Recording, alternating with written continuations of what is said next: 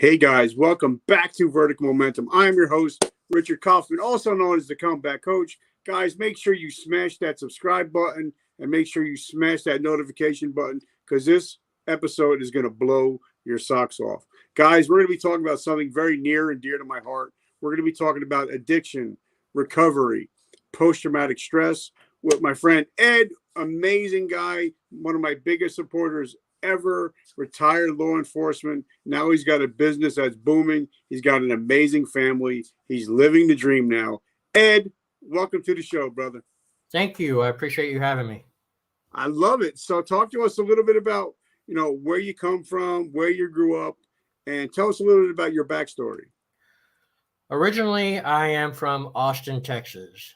I started struggling with alcoholism and addiction early on in life. I lost my dad at 17 years old, and I wanted that pain to stop.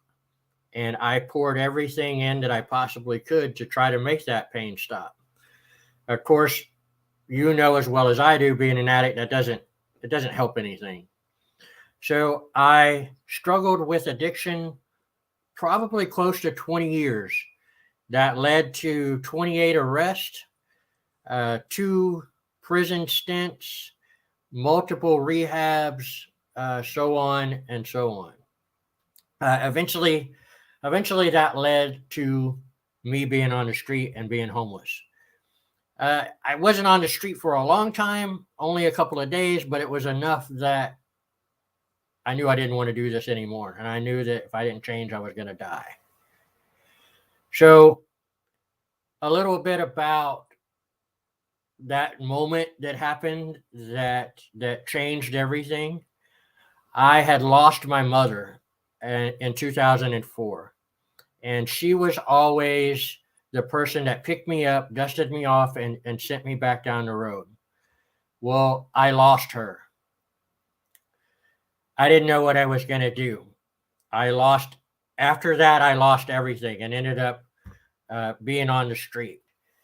In 2005, Hurricane Katrina happened. And my cousin was living here in San Antonio and asked if I could come help out with the victims coming from Hurricane Katrina.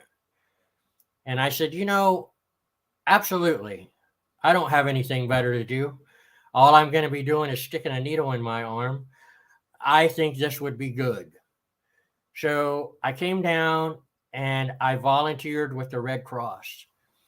And I was volunteering with the Red Cross for about a week or so.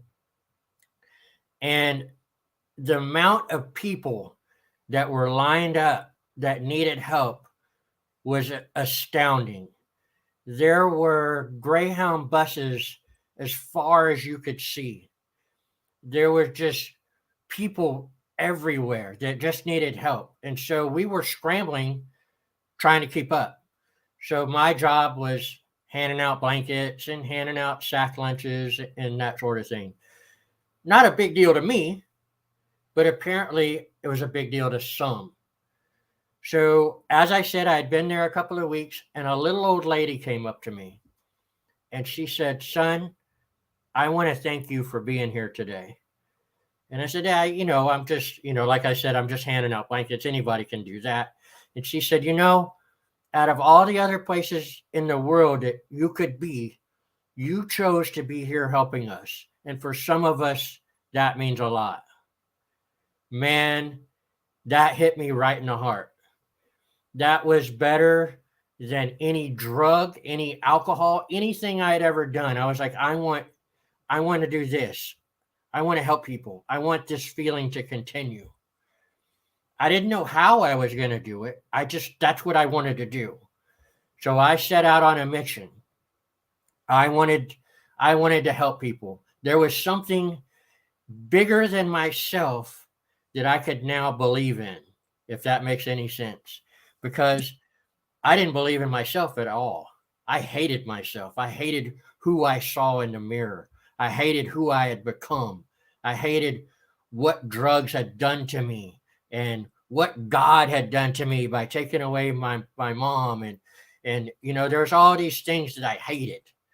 But this, I could see something bigger than me, and that's what I wanted to do. So my cousin was involved in fire and EMS. She was with a volunteer fire department here in San Antonio.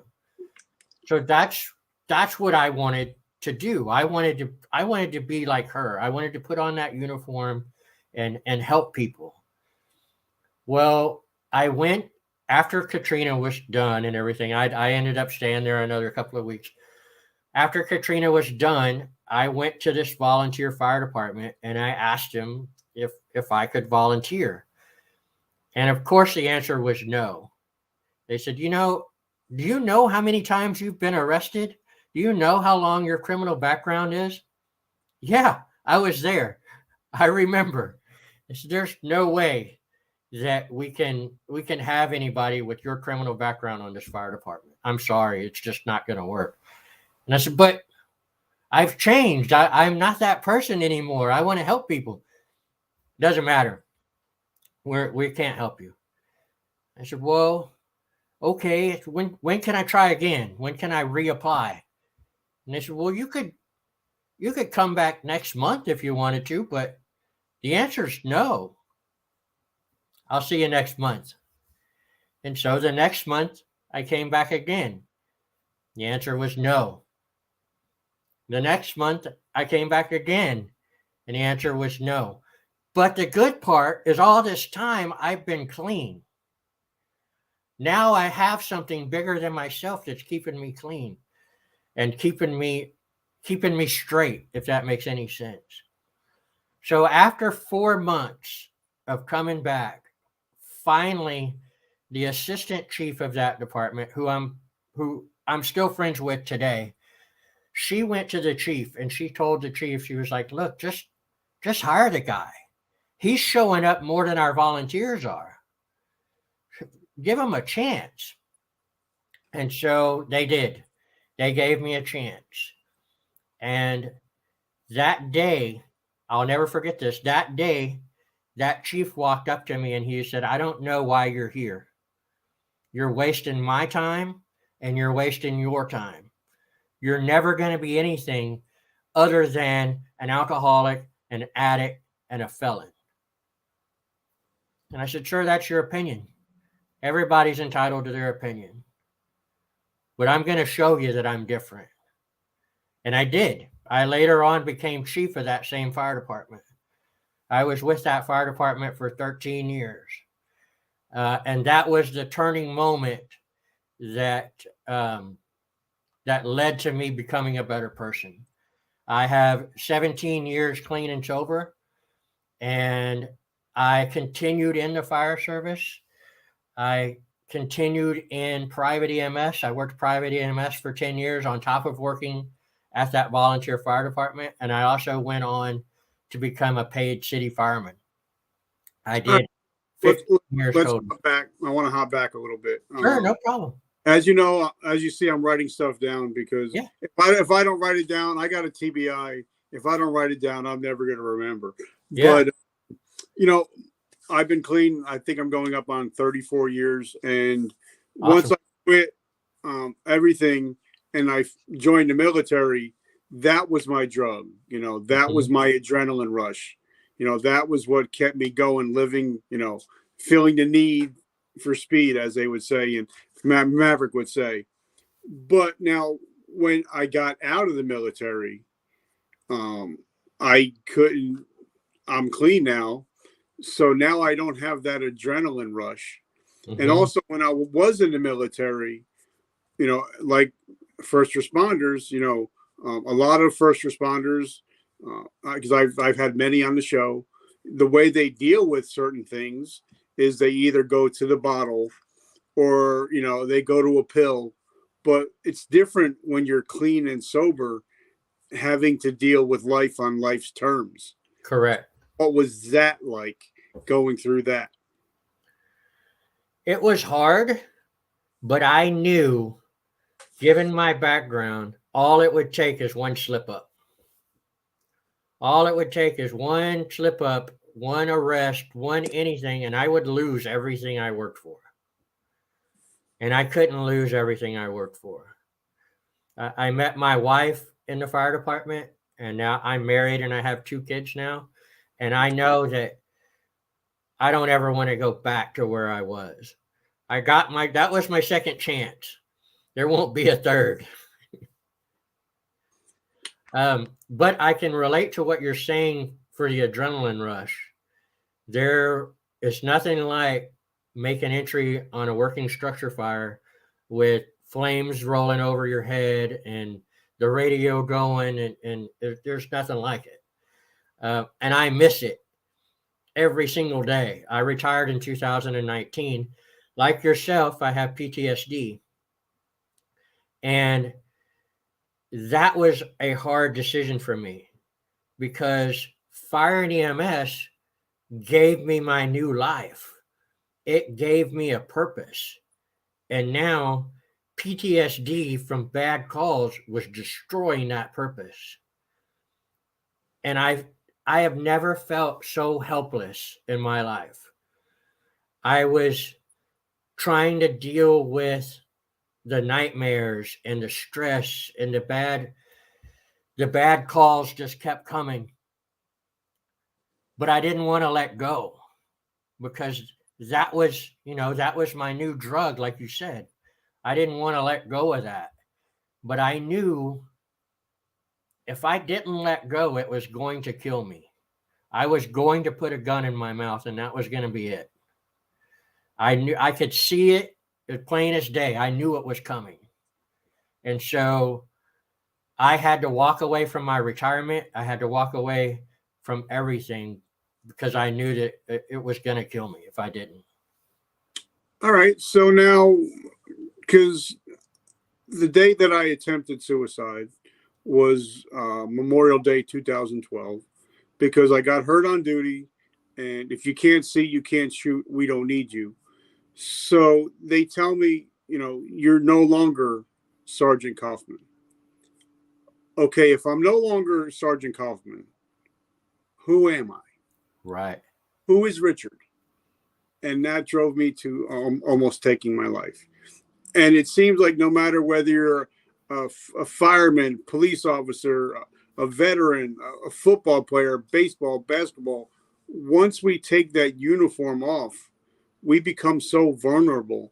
And a lot of us don't know who we are because that became our identity.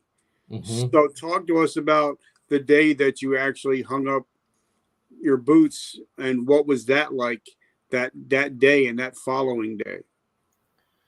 So leading up to it was a huge depression because I knew that I knew that I was going to have to hang it up.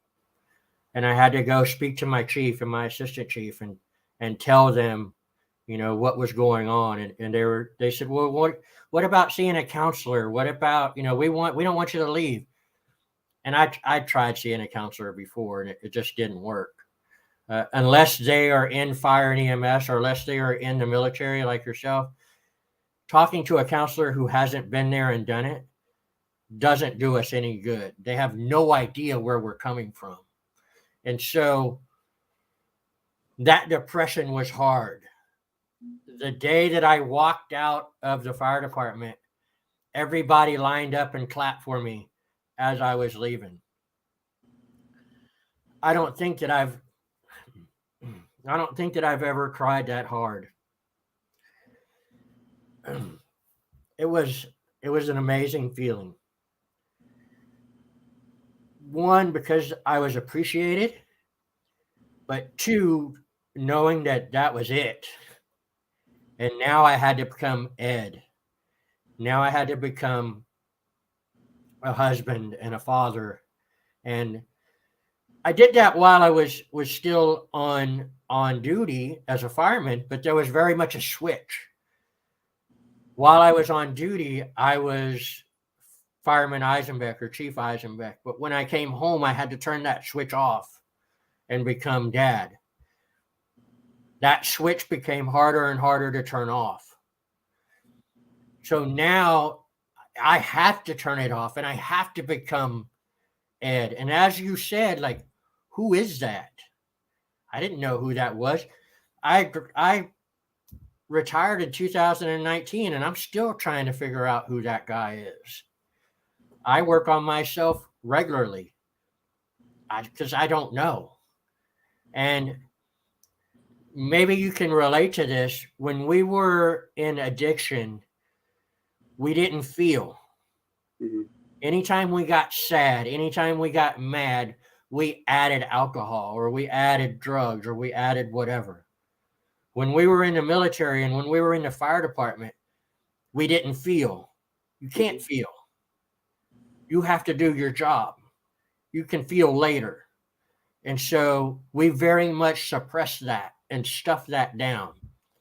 So now that I'm Ed and now that I'm Dad, I'm trying to figure out how not to suppress that and how to deal with it, how to deal with feelings in a healthy way. And it's difficult. It's hard. Yeah. Yeah. Well, you know, like I said, I've been in recovery going on 34 years. I think 34 or 35. I quit accounting at 30. But, you know, they say, you know, you have to deal with life on life's terms. You know, like if my wife gets aggravated, you know, she can go downstairs and have a twisted tea and it's all good. You know, for me, I'm like, shit, I don't drink, I don't smoke. So it's kind of like, all right, what do I do? And sometimes you can act out in other ways just to trying to, you know, deal with whatever we're dealing with. But first, before we get on to stuff, anything like that, I want to thank our sponsors. As you guys know, I wrote a book. It just hit number 1 twice on Amazon in the substance abuse category.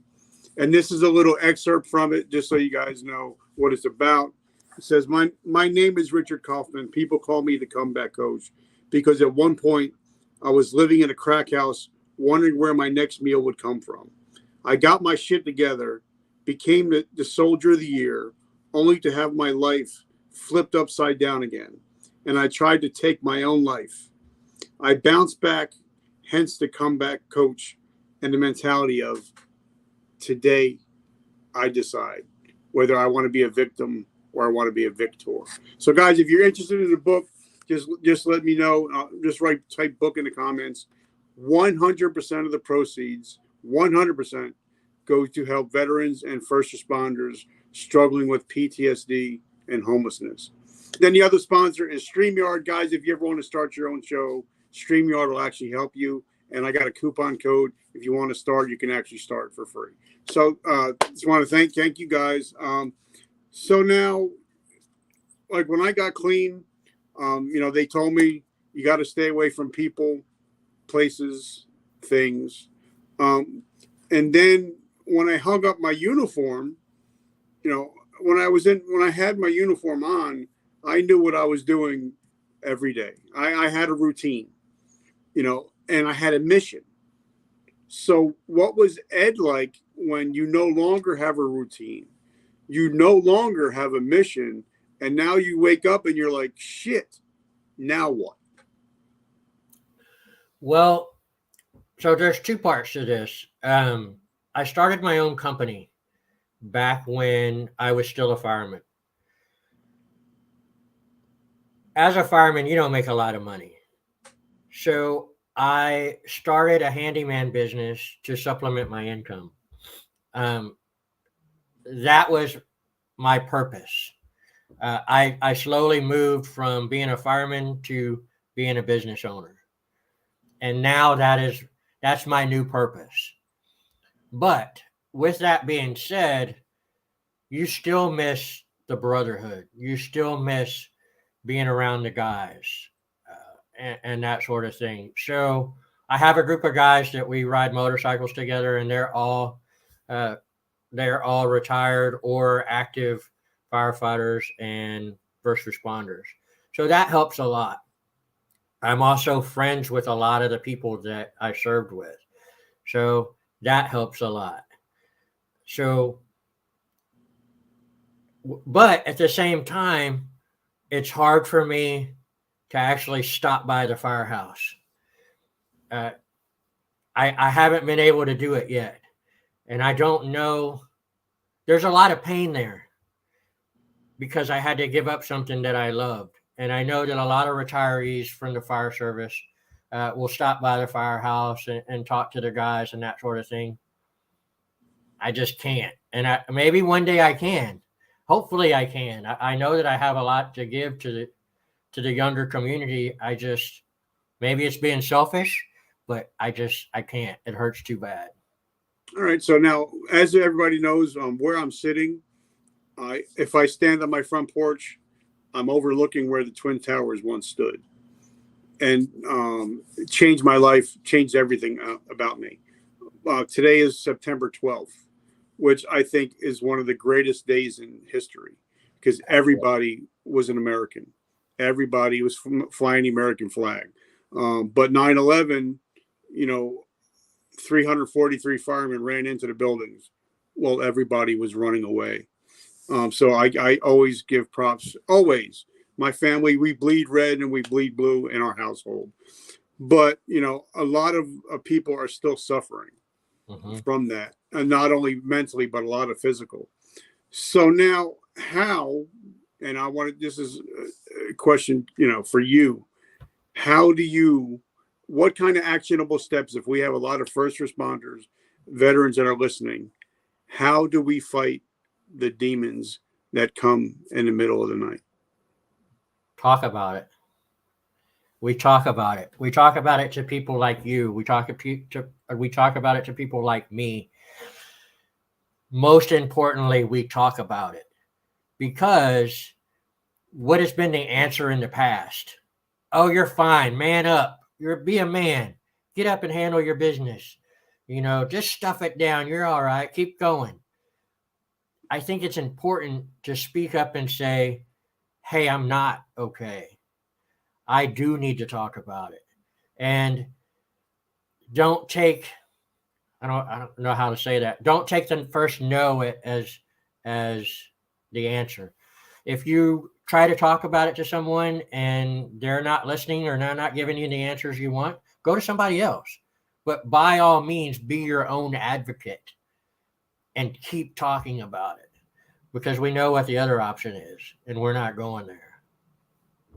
All right. So now I have another question, because I'm always about, a lot of people, they listen to a podcast, but they never get any actionable steps. They get a lot of fluff.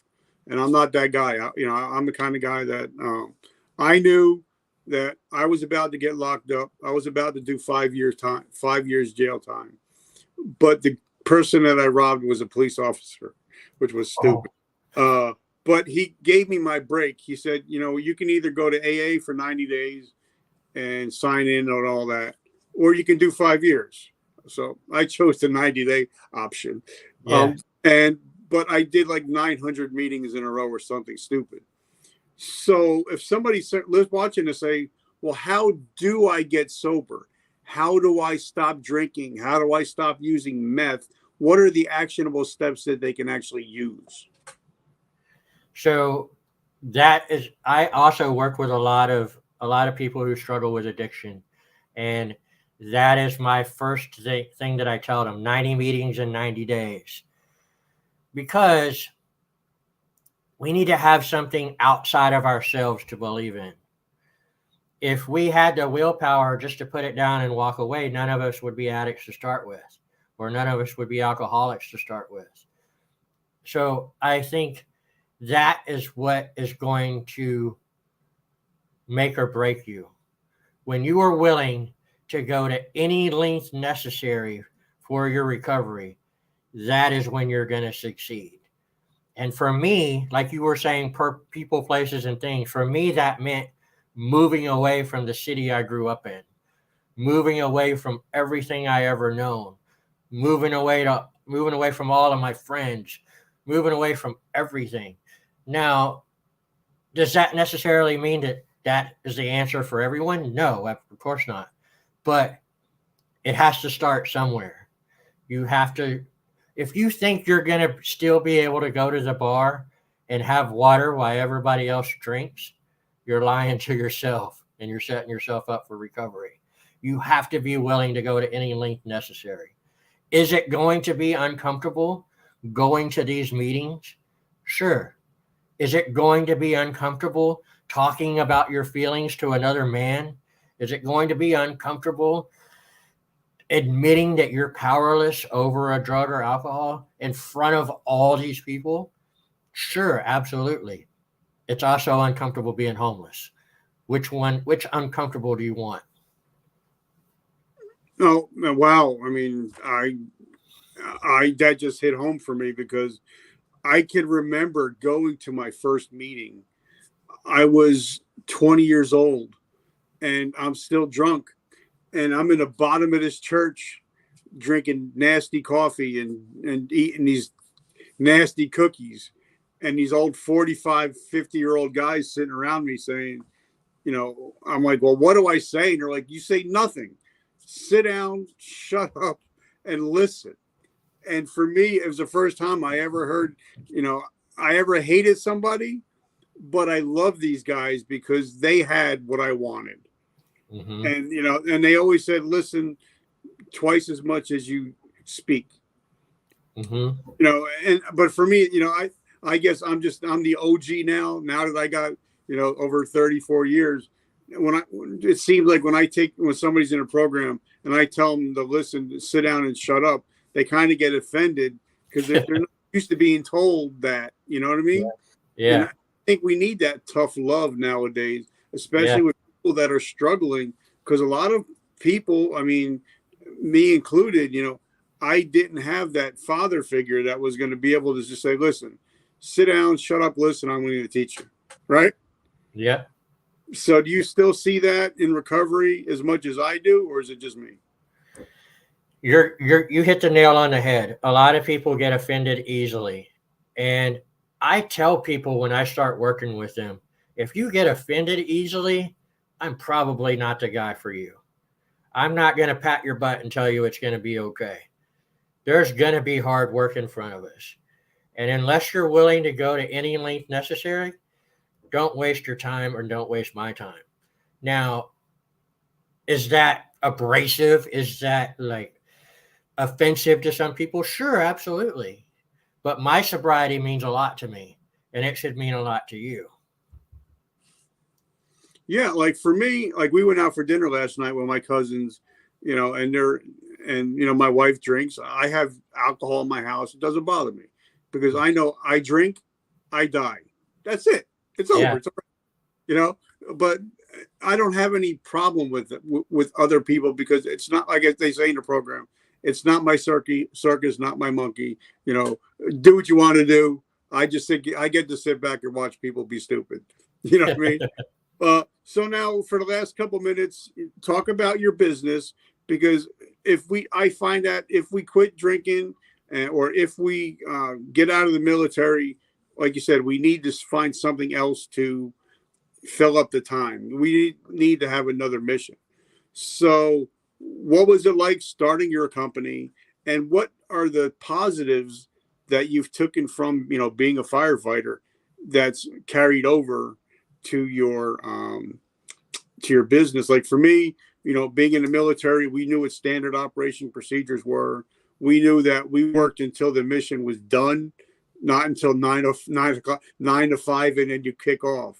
So what positives are you taking from the fire department to the boardroom? So, number one, first and foremost, my business gave me another purpose. It gave me another drive, and that is something that I need in my life. I need to have a purpose.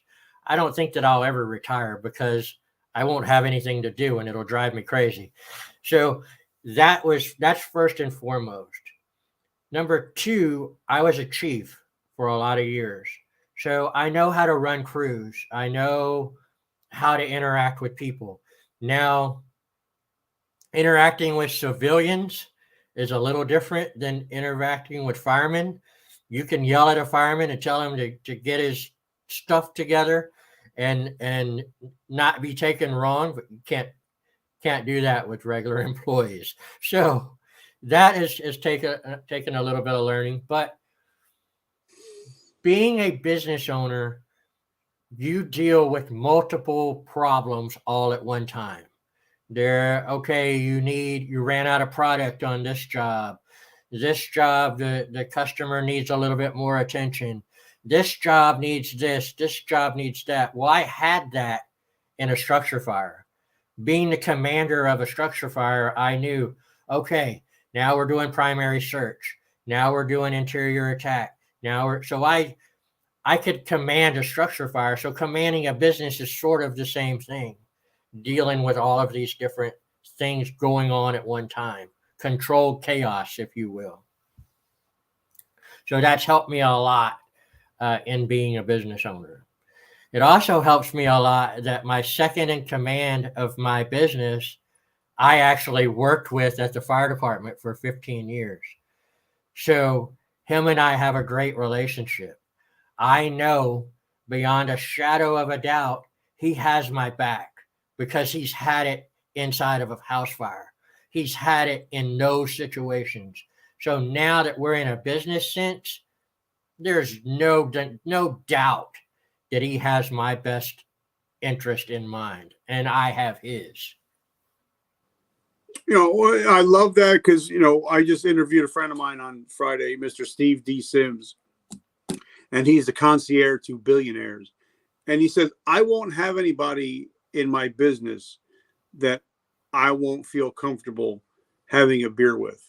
Mm-hmm. And a lot of people, will have somebody in their business, whether because they're a superstar in the sales or whatever they are, and they really don't like the guy or the girl.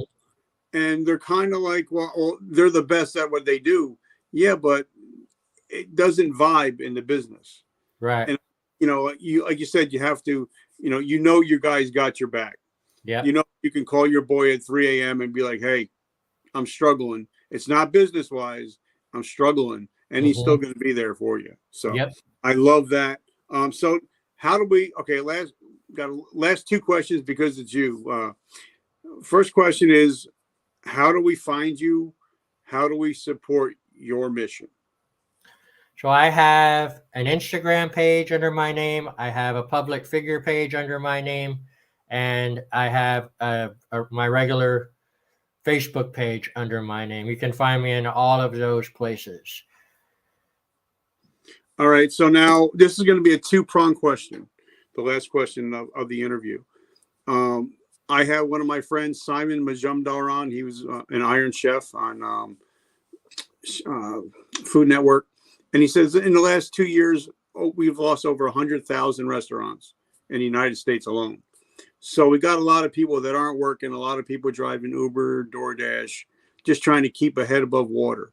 So if I ask the average American to do something in 7 days, they're probably never going to get to it.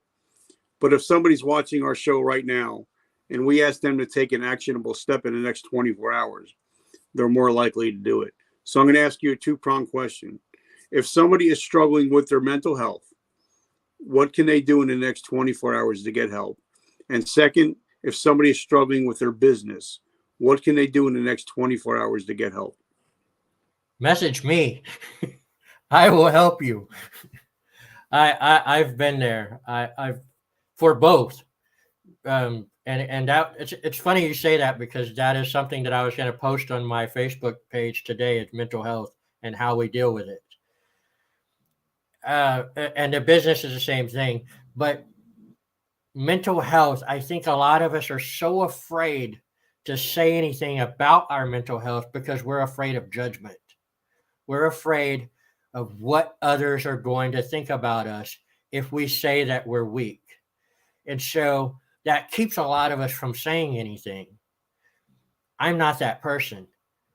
I've struggled with it for years and I still struggle with it daily. Me too. So if I can help you, if I can lead you in a right direction, if I can say that one thing to keep you from putting a gun in your mouth, then I've fulfilled my purpose. I love it. So Ed, I want to say, you've been a supporter of mine since day one, since I started this whole thing. And I just want to say, I'm so grateful to be able to call you friend. I appreciate that. Likewise. All right. So guys, make sure you check out Ed, check out his IG page, make sure you check out his Facebook page. He's doing some amazing things, always posting positive stuff. So if you want to have a better life, make sure that he's in it. So guys, I just want to say thank you. If you guys interested to pick up the book, just write book in the comments below, and I'll get that information to you guys. And as my t-shirt says, today I decide.